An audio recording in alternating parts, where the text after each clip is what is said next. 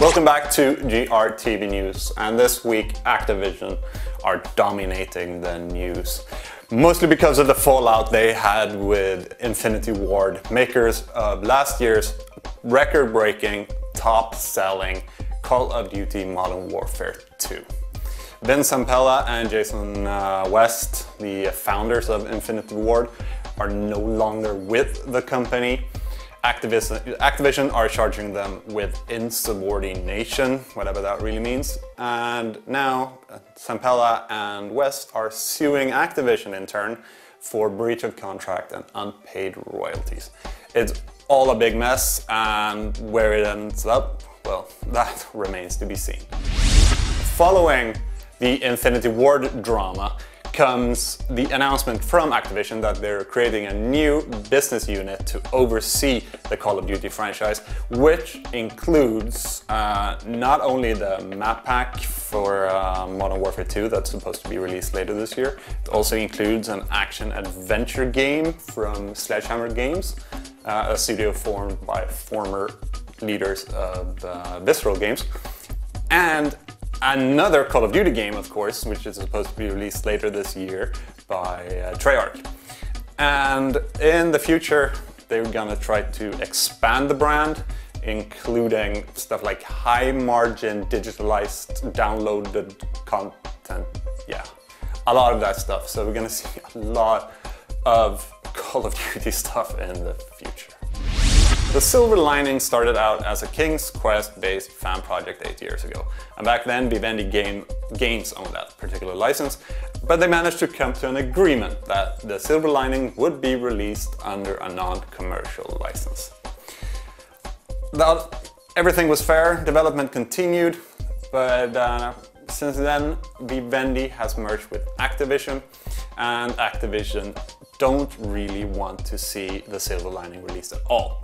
So now they've sent a cease and desist to the developers, they've taken away all the assets from the websites, the forums are going down, and development is over.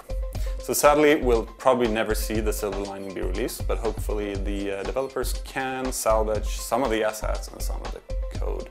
So at least something good will come out of 8 years of development. Two big things for Media Molecule this week. First of all, they announced that they now have 2 million user-made levels uploaded for their hit game and critically acclaimed game, Little Big Planet. Also, after that announcement, it was revealed that Sony now has bought Media Molecule for an undisclosed sum of money. Probably because they want to keep their talents close at home. It's been rumored for a long time, but now Atari have officially announced Test Drive Unlimited 2. Just like the first one, it's developed at Eden Games, and the online modes will play a key part in the game. We can probably expect it to be released later this year. Bungie promised a multiplayer bomb this week, and the day after that they revealed a brand new trailer for Halo Reach. The trailer shows off the new multiplayer features and modes that the game will include, and it also had flying Spartan soldiers with jetpacks. Jetpacks make every game much better. Halo fans would do well to check out the trailer and take a long and hard look at it here at GRTV, so they're ready for the multiplayer beta that starts on May 3rd.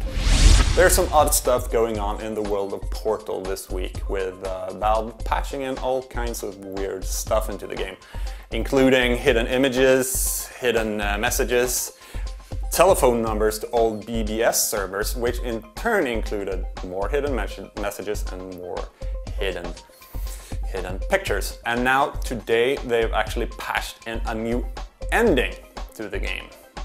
Can we expect a Portal 2 announcement at GDC next week, or is the patch just a lie? This week did not start out well for Sony when suddenly the old fat versions of the PlayStation 3 started to crash, corrupt trophies, and became generally unplayable. The entire situation happened because the old hardware decided that 2010 was a leap year, and then everything just spiraled totally out of control from there. The problem is now solved, the machines are up and running again, and Sony have apologized for the whole drama.